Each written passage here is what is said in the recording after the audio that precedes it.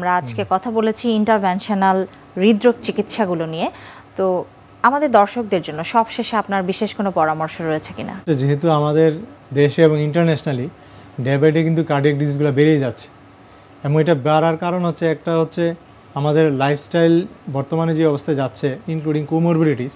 Diabetes রোগীর সংখ্যা কিন্তু দিন দিন বাড়তেছে, কিডনি ডিজিজের সংখ্যা দিন দিন বাড়তেছে, ডিসলিপিডিমা, সব মিলে আমাদের lifestyle, junk food, stress life, আমাদের ঠিকভাবে না ঘুমানো, খাবার হ্যাবিট, সব কিছু মিলে কিন্তু ডিসলিপিডিমাও বাড়তেছে, সাথে আপনার স্ট্রেস হরমোনগুলো বাড়তেছে, সব মিলে কিন্তু আমার হার্ট অ্যাটাকের ঝুঁকি অনেক বেড়ে যাচ্ছে। স্মোকিং থেকে শুরু করে আদার্স কোমরবিডিটিস থেকে শুরু করে লাইফস্টাইল সবগুলোর মধ্যে যদি অ্যাডজাস্টেড না হয় কোনো ব্যক্তি, আপনি ধরে নিতে পারেন যে 40 ইয়ার্সের পর তার সম্ভাবনা কিন্তু অনেক বেড়ে যাবে।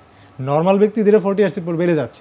যাদের এরকম আপনার কোমরবিডিটিসগুলো থাকবে, অভ্যাসটা খারাপ থাকবে, তাদের দেখা গেছে 60 ইয়ার্সে না, 50 ইয়ার্সের বিলো 50 ইয়ার্স হয়ে যাচ্ছে হার্ট অ্যাটাক, এবং এটা কিন্তু নট সো আনকমন, অনেক কমন। কার্ডিয়াক ডিজিজ থেকে যদি ভালো থাকতে হয়, তাহলে আমরা যেন একটা ভালো লাইফস্টাইল অ্যাডজাস্ট করি নিজেদের সাথে।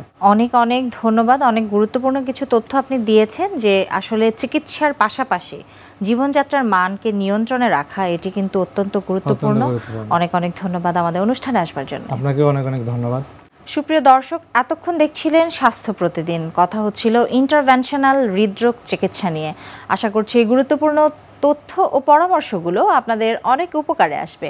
চলুন এ পর্যায়ে দেখে নেই কি থাকছে আগামী পর্বের স্বাস্থ্য প্রতিদিন অনুষ্ঠানে।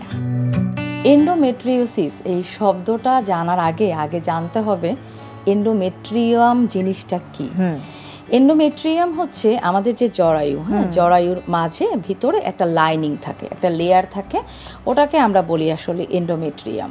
এই এন্ডোমেট্রিয়ামটার ভিতরে যখন কিছু হরমোন কাজ করে, আমাদের প্রতি মাসে যে পিরিয়ড হয়, মেনিস্ট্রুয়েশন হয়, এই এন্ডোমেট্রিয়াম থেকে টিস্যুগুলো শেডিং হয়, এবং এটাই হচ্ছে মেনিস্ট্রুয়াল ব্লাডের মাধ্যমে বা পিরিয়ডের রক্ত বাংলায় যদি বলি, তা হয়ে আমাদের মাসিকের রাস্তা দিয়ে বের হয়ে যায়।